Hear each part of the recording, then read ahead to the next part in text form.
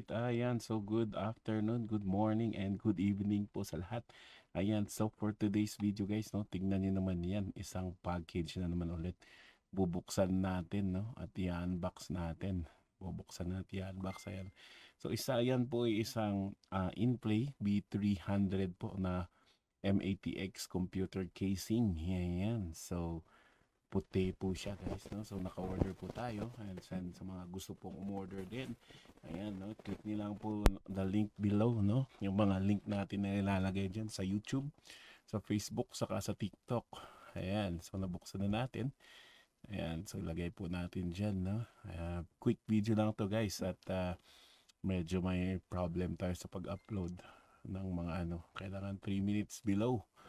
Ayan, but anyway, kung gusto niyo pong mas detailed, titingnan po natin kung gusto niyo po ng mga mas detailed na sa YouTube na lang po 'yun, no. So, kung nabitin po kayo sa post po natin dito sa Facebook and sa TikTok, ayan, head on po dun sa YouTube po natin, no. Shutter capture din lang. And andun po medyo gawin nating mas detailed yung video natin dun sa sa YouTube. So ayan guys, no, putting in play. So meron po siyang mga ports. So sa side po ang on niya. Ayan, transparent po ang front, saka yung ano yun, left side, no? So at least nakikita mo na din yung nasa loob niya. Ayan, so kompleto na din po siya. Ayan, may magnetic filter na din po siya. And ayun, no, so mayroon tatlong USB port. Ayan, so dalawang audio port, separate po yan, phone, microphone, and yung sound, no? And then of course yung reset button and power button, no? Ayan, so ang po niya sa baba, no, ang kanyang power supply sa baba. Ayan, so quick lang po tayo, yun,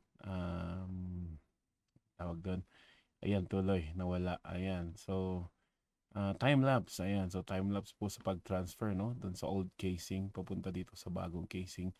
Ayan, so ayan po ay regalo. So sa ating misis, so at least ginagawa na din natin na tayo din na nag-aayos, no. Ayan, so inayos lang po natin diyan ang kanyang cable management, no, para at least kitang-kita talaga yung mga piyesa sa loob, yung board, yung processor. Ayan, and then of course kung lalagyan po natin dyan in the future ng LED lights, at least kita din yung mga lights niya, no, umiilaw-ilaw. Ayan, so ilalagay lang po natin yung mga board connections, yung audio, yung USB of course, and then yung mga front panel niya, no, yung audio and mic, and of course yung kanyang power at reset switch, you know. Ayan, so ayan, medyo hinahanap natin, hindi ko na anuhan yung ng reset switch, yung mga front panel switches, but ayan, nahanap naman natin yung na-connect natin, no? So ayan, no, tignan po natin. Ayan, of course. And yan, of course, so thank you din po sa mga kung nakaabot pa kayo dito, pa-comment naman kung taga saan kayo, para next time makapag-shoutout din tayo sa mga next na videos natin, no? So ayan po guys, thank you very much for watching. So kung gusto niyo po mag-purchase, may mga links po dyan below. Click nyo lang po para makapag-purchase din po kayo ng in-play na computer casing. Thanks!